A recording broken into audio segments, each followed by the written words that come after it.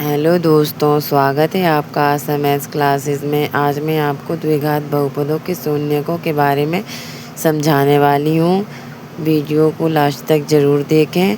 ये 2.2 का सवाल है। द्विघात बहुपदों के शून्य ज्ञात कीजिए और शून्यकों तथा गुणांकों के बीच संबंध की जांच कीजिए।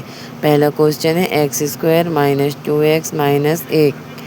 चलो इसको सॉल्व करते हैं। सबसे पहले हम इस जो दिया हुआ है समीकरण उसका गुणनखंड निकालेंगे।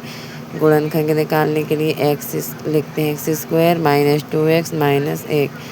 अब सबसे पहले गुणनखंड निकालने के लिए ऐसी संख्या चाहिए जिसका गुणा करने पर हम 8 आए और जोड़ने घटाने पर -2 आए, मतलब गुणा करने पर -8 आना चाहिए। तो ऐसी संख्या -4x धन 2x -8। अब ये दो की जोड़ी बन गई। इससे x कॉमन ले लिए, यहाँ बचा x - 4। यहाँ से +2 कॉमन ले लिए, यहाँ बचा x - 4। ये x - 4 दो है तो कॉमन ले लेते हैं। अब बच गया दूसरा x + 2। अब हम x -4 दो बार है तो एक कॉमन ले लिए और दूसरा गुणनखंड है x + 2। अब x - 4 बराबर 0 और x + 2 बराबर 0। ये x बराबर -4 का पक्षांतर करेंगे तो +4, x बराबर +2 का पक्षांतर करेंगे तो -2। ये आ गए हमारे शून्यक। शून्यक है 4 और -2। इसके बाद हम करेंगे, जब शून्यक आ गया तो शून्यक से ही हमको क्या मिल जाता है, अल्फ़ा और बीटा। तो एक हो गया अल्फ़ा बराबर 4, एक हो गया बीटा बराबर -2। ये हो गए हमारे शून्यक अल्फ़ा और बीटा। अब हम अल्फ़ा और बीटा निकालने के बाद शून्यकों का योगफल और गुणनफल करेंगे इसकी सत्यता की जांच करने के लिए। तो शून्यकों का योग, सबसे पहले हम शून्यकों का योगफल ज्ञात कर लेते हैं। शून्यकों का योगफल बराबर alpha plus beta equal to -b/a। Alpha plus beta, alpha और बीटा दोनों का मान दिया है, पर -b/a। अब कहोगे ये b और a का मान कहाँ से लाएं? तो सुनो, जो समीकरण दिया है हमको x² - 2x - 1, इससे हम a b c का मान निकाल लेंगे। तो a b c का मान निकाल लेंगे। a बराबर है 1, x² के पास कुछ नहीं मतलब 1 है।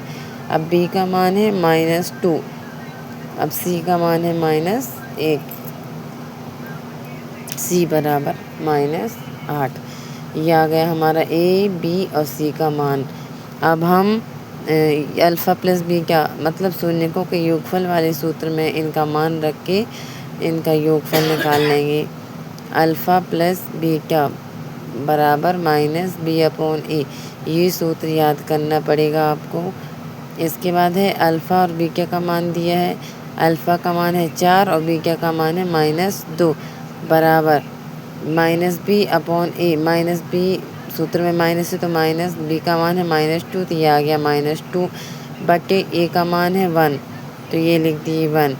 अब देखो 4 को ऐसे लिख देंगे, प्लस माइनस का माइनस और ये 2 आ गया, फिर बराबर माइनस माइनस का प्लस हो जाएगा और 2/1।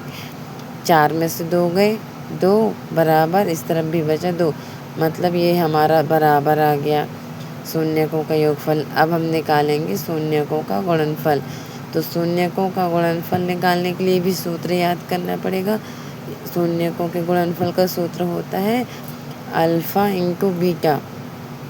Alpha into beta equal to c/a।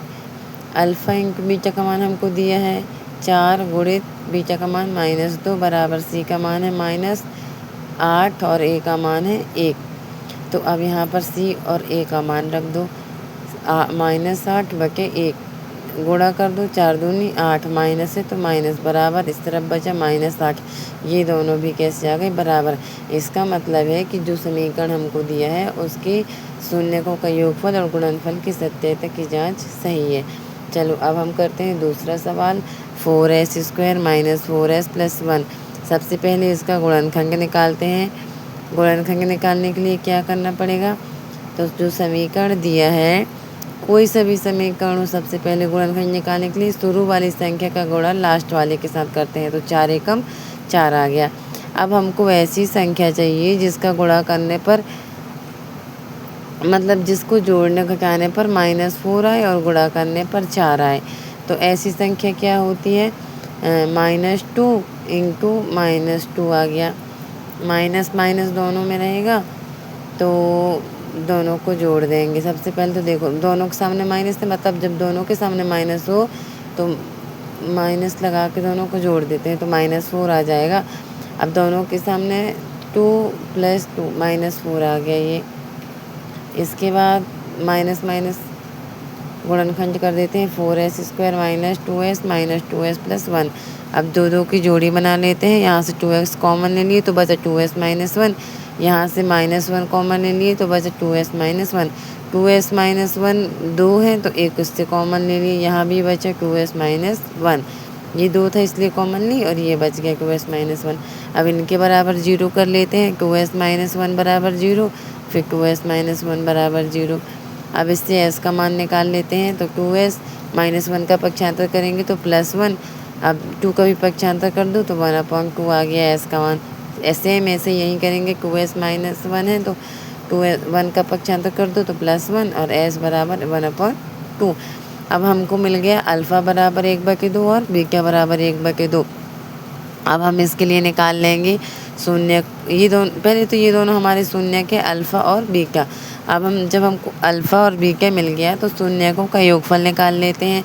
शून्यकों का योगफल होता है, अभी इससे पहले वाले सवाल में भी बताई हूँ कि योगफल है अल्फ़ा + बीटा अपॉन -b/a। ये सूत्र है, याद करना पड़ेगा आपको। अल्फ़ा का मान क्या दिया है, अब कहोगे b/a, b/a/b/c का मान कहाँ से निकालें, तो फिर वैसे ही जो समीकरण हमको दिया है 4s² - 4s + 1 इससे निकाल लेंगे। a बराबर 4, b बराबर -4 और c बराबर 1। अब अल्फ़ा और बीटा और a b c सब का मान आ गया तो योगफल निकाल लो। तो अल्फ़ा + बीटा तो 1/2 + 1/2। अल्फ़ा और बीटा का मान है 1/2 इसलिए। अब -b माइनस सूत्र का है और b का मान है -4/4। इन दोनों को जोड़ दो तो आ जाएगा 2/2। 2 एकम 2 धन 2 एकम 2 बराबर माइनस माइनस का प्लस 4/4। इस तरफ आ गया 4/4 बराबर 4/4। 4 से 4 कट गया बचा 1, 4 से 4 कट गया बचा 1। तो ये भी हमारा आ गया 1 बराबर 1, मतलब ये भी शून्य का योगफल है। जो अब निकाल लेंगे शून्य का योगफल के बाद शून्य का गुणनफल। शून्यकों का गुणनफल का सूत्र होता है अल्फ़ा इंटू बीटा = c/a। ये भी सूत्र याद करना पड़ेगा आपको। तो c/a, अल्फ़ा का मान है 1/2, बीटा का मान है 1/2 और c का मान है 1, a का मान है 4, तो 1/4। गुणा करने के लिए ऊपर का संख्या के साथ ऊपर के गुणा, नीचे का नीचे, 1/4 दोनों में बराबर आ गया। ये हो गया हमारा आंसर। वीडियो पसंद आया हो तो चैनल को सब्सक्राइब ज़रूर करें। मिलते हैं नेक्स्ट वीडियो में।